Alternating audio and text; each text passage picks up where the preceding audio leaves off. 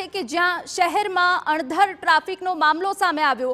પોલીસના સોગંદનામા બાદ હાઈકોર્ટે સખત નારાજગી વ્યક્ત કરી। તમે કાગળ પર ગમે તેટલા મોટા દાવા કરો, અમને રસ્તા પર કોઈ સુધાર જોવા મળ્યો નથી તેવું હાઈકોર્ટે સ્પષ્ટ કહ્યું છે।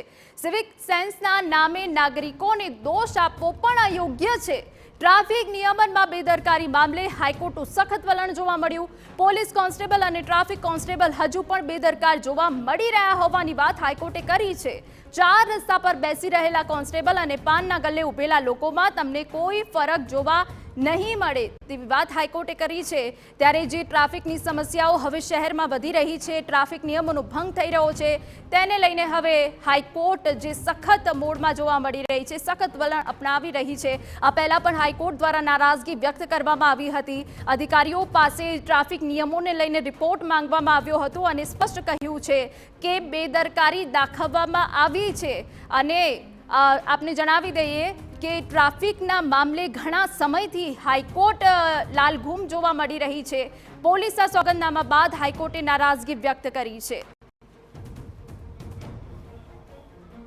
અમારા સંવાદદાતા રોનક વર્મા વધુ વિગતે વાત કરી રહ્યા છે। રોનક, હાઈકોર્ટે તો અહીંયા સ્પષ્ટ કહી દીધું છે કે તમે કાગળ પર ગમે તેટલા દાવા કરો, પુરાવા આપો, પરંતુ કોઈ જ સુધાર જોવા નથી મળતો।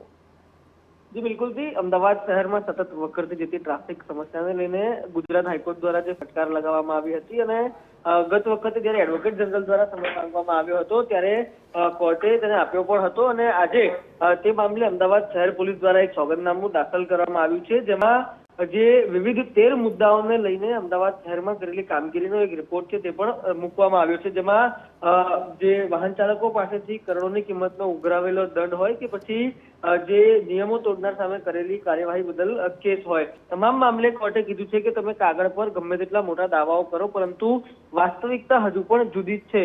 હજુ પણ અમદાવાદના રસ્તા ઉપર ટ્રાફિકની સમસ્યાઓ જેમની તેમ છે। એ ગેરકાયદેસર પાર્કિંગની વાત હોય કે પછી જે રેશ ડ્રાઇવિંગની વાત હોય, સિવિક સેન્સના નામે જે નાગરિકો ઉપર દોષ નાખી દેવામાં આવે છે તે પણ અયોગ્ય હોવાની વાત છે તે કોર્ટમાં મૂકવામાં આવી છે।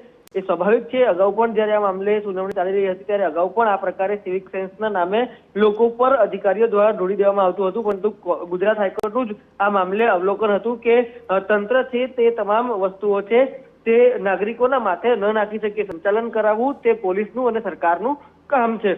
આ ઉપરાંત એક મહત્વની ટકોર, મૌખિક ટકોર એ પણ કરવામાં આવી છે કે 4 રસ્તા ઉપર જે બેસેલા ટ્રાફિક પોલીસ કોન્સ્ટેબલ હોય છે તે હજુ પણ બેદરકારીપૂર્વક કાર્ય છે તે કરી રહ્યા છે। ઉદાહરણ આપતા જે કોર્ટના ન્યાયાધીશ છે તેમના તરફથી એ પણ કહેવામાં આવ્યું કે એક વખત તમે 4 રસ્તે જઈને જો ત્યાં બેઠેલા ટ્રાફિક કોન્સ્ટેબલ અને નજીકના પાનના ગલ્લે ઉભેલા અને પાન ખાઈ રહેલા લોકોમાં કોઈ પણ પ્રકારનો ફરક નહીં જોવા મળે। આ પ્રકારની જે મૌખિક ટકોર છે તે આજની સુનાવણી દરમિયાન પણ કરવામાં આવી છે। આ મામલે જ્યારે સરકારી વકીલ જવાબ આપવા ઉભા થયા ત્યારે અરજદાર તરફે વાંધો ઉઠાવવામાં આવ્યો હતો અને સમગ્ર પ્રક્રિયામાં એડવોકેટ જનરલ હાજર ન હોવાથી આ સુનાવણી છે તે 2:30 વાગ્યા પર મુલતવી રાખવામાં આવી છે। થોડીવાર બાદ હવે આ સમગ્ર મામલે વિગતવાર સુનાવણી હાથ ધરાશે।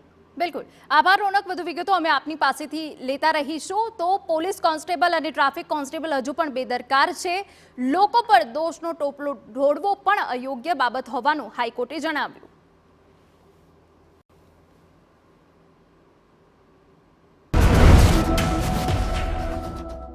લાઈવ